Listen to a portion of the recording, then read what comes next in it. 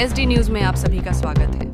कर्नाटक राज्य संयुक्त आशा कार्यकर्ता संघ AIUTUC ने मंगलवार को बीदर में इंचार्ज मिनिस्टर कार्यालय के समीप धरना प्रदर्शन किया। उन्होंने राज्य सरकार से अपने वादे के अनुसार काम करने की मांग की। संघ के कार्यकर्ताओं ने आशा कार्यकर्ताओं के मानदेय में वृद्धि, सेवा सुरक्षा और काम के दबाव में कमी सहित विभिन्न मांगों को पूरा करने की मांग की।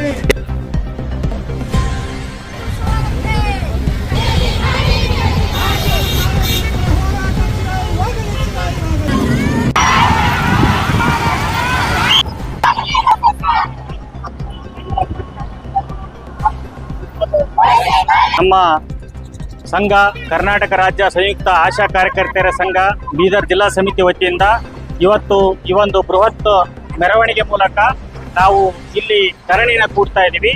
ಇದು 3 ದಿನ 12, 13, 14 3 ದಿನ ನಿರಂತರವಾದ ಅಹೋರಾತ್ರಿ ಧರಣಿ ಆಗಿರ್ತದೆ. ಮುಖ್ಯವಾಗಿ ಏನು ಸರ್ಕಾರ ನಮಗೆ ಮಾತು ಕೊಟ್ಟಿತ್ತು ಅಂದರೆ ನಾವು ರಾಜ್ಯ ಮಟ್ಟದಲ್ಲಿ ಹೋರಾಟ ಮಾಡಿದ್ದೀವಿ ಜನವರಿನಲ್ಲಿ. ಆವಾಗ ಮಾನ್ಯ ಮುಖ್ಯಮಂತ್ರಿಗಳು, ಆರೋಗ್ಯ ಮಂತ್ರಿಗಳು ಎಲ್ಲರದು ಒಂದು ಸಭೆ ಮಾಡಿ ನಮಗೆ 10,000 ಖಚಿತವಾಗಿ ಬರೋ ಥರ ಮಾಡ್ತೀನಿ ಅಂತ ಹೇಳಿದ್ರು. ಆದರೆ ಇಲ್ಲಿಗೆ 7 ತಿಂಗಳಾಯಿತು, ಹಲವಾರು ಮೀಟಿಂಗ್ಗಳಾಗಿದ್ದಾವೆ.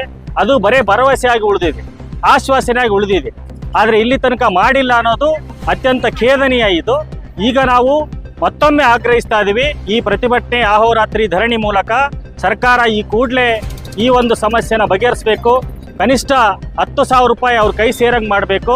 ಕೇಂದ್ರ ಸರ್ಕಾರದ ಹೆಚ್ಚುವರಿ ಪ್ರೋತ್ಸಾಹಧನ ಅದನ್ನು ಕೂಡ ಬರೋ ಥರ ಮಾಡಬೇಕು ಅಂತೇಳಿ ಈ ಮೂಲಕ ಆಗ್ರಹಿಸ್ತಾ ಇದ್ದೀವಿ.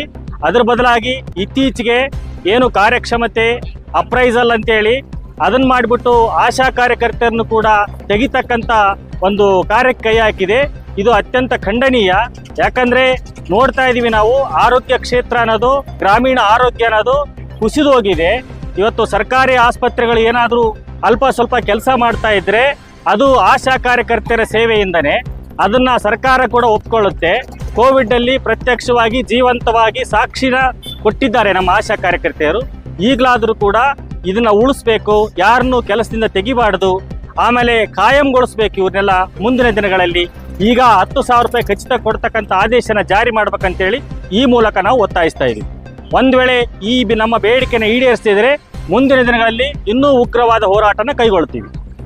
ಮಹೇಶ್ ನಾಡಗೌಡ, ಆಶಾ ಸಂಘದ ಗೌರವಾಧ್ಯಕ್ಷ.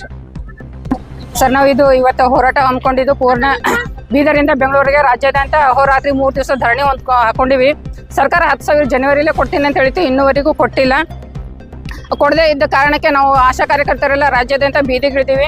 ಇನ್ನು ಮುಂದೆ ಮಾಡಲಿಲ್ಲ ಅಂದ್ರೆ ಉಗ್ರ ಹೋರಾಟ ಮಾಡ್ತೀವಿ. ಬೇಡವಾದ ಕೆಲಸಗಳನ್ನ ನಮ್ಗೆ ಹಚ್ತಾ ಇದ್ದಾರೆ. ಆ ಸರ್ವೆ ಈ ಸರ್ವೆ, ಮೊನ್ನೆ ಒಂದು ಹೊಸದಾಗಿ ಸರ್ವೆ ಕೊಟ್ಟಿದ್ದಾರೆ. ಏನಂತ ಗೊತ್ತಾ, ಆ ಮನುಷ್ಯ ಮಲಗಿದಲ್ಲೇ ಗೊರಕೆ ಹೊಡಿತಾನೆ ಅಂತ. ಇದು ಕೂಡ ನಾವು ಸರ್ವೆ ಮಾಡ್ಬೇಕು. ಇಂಥ ಕೆಲಸಗಳೆಲ್ಲ ಹಚ್ತಾ ಇದ್ದಾರೆ. ನಮ್ಗೆ ಬೇಡದಾಗಿರೋದು ಆನ್ಲೈನ್ ವರ್ಕ್ಗಳು, ಸಿಕ್ಕಾಪಟ್ಟೆ ಕೆಲಸಗಳು ಹಚ್ತಾ ಇದ್ದಾರೆ. ಅಂತ ಕೆಲಸಗಳು ಮಾಡಿಸ್ತಾ ಇದ್ರು ನಮ್ಗೆ ಕೇಳಿದಷ್ಟು ನಮ್ಗೆ ಸಂಬಳ ಕೊಡ್ತಾ ಇಲ್ಲ. ಅದಕ್ಕೆ ನಮ್ಗೆ ಫಿಕ್ಸ್ 10,000 ಕೊಡುವವರೆಗೂ ನಾವು ಇದೇ ರೀತಿ ಹೋರಾಟನ ಮುಂದುವರಿಸ್ತೀವಿ. ಹಿಂಗನೆ. ನನ್ನ ಹೆಸರು ರುಕ್ಮಿಣಿ ಘಾಂಗ್ರೆ. ನನ್ನ ಊರು ರಾಜೇಶ್ವರ, ತಾಲೂಕಾ ಅಧ್ಯಕ್ಷ ಇದ್ದೀನಿ ರೀ. ಜಿಲ್ಲೆಯಲ್ಲಿ ಉಪಾಧ್ಯಕ್ಷರಾಗಿದ್ದೆ. ಕೆಲಸ ಮಾಡಂದ್ರೆ ಬಿ ಎಲ್ಲಾ ಕೆಲಸ ಮಾಡತ್ತಿದ್ದೇವ್ರಿ. ಸರ್ವೆ ಅಂದ್ರೆ ಯಾವ ಸರ್ವೆನೂ ಮಾಡಕ್ ನಿಂತೀವಿ, ರೆಡಿ ಇದ್ದೇವು. ಆದ್ರೆ ನಮಗ್ ಪಗಾರ ಅಂತೂ 5,000 ಮೇಲೆ ದುಡ್ತಾ ಇದ್ದೇವ್ರಿ. 5,000ಲಿಂದ ಏನೂ ಆಗಲ್ತ ಸರ್. ನಮಗ 10,000 ಫಿಕ್ಸ್ ಪಗಾರ ಮಾಡ್ಬೇಕು, ಇನ್ಸೆಂಟಿವ್ ಎಲ್ಲ ಬರ್ಬೇಕು.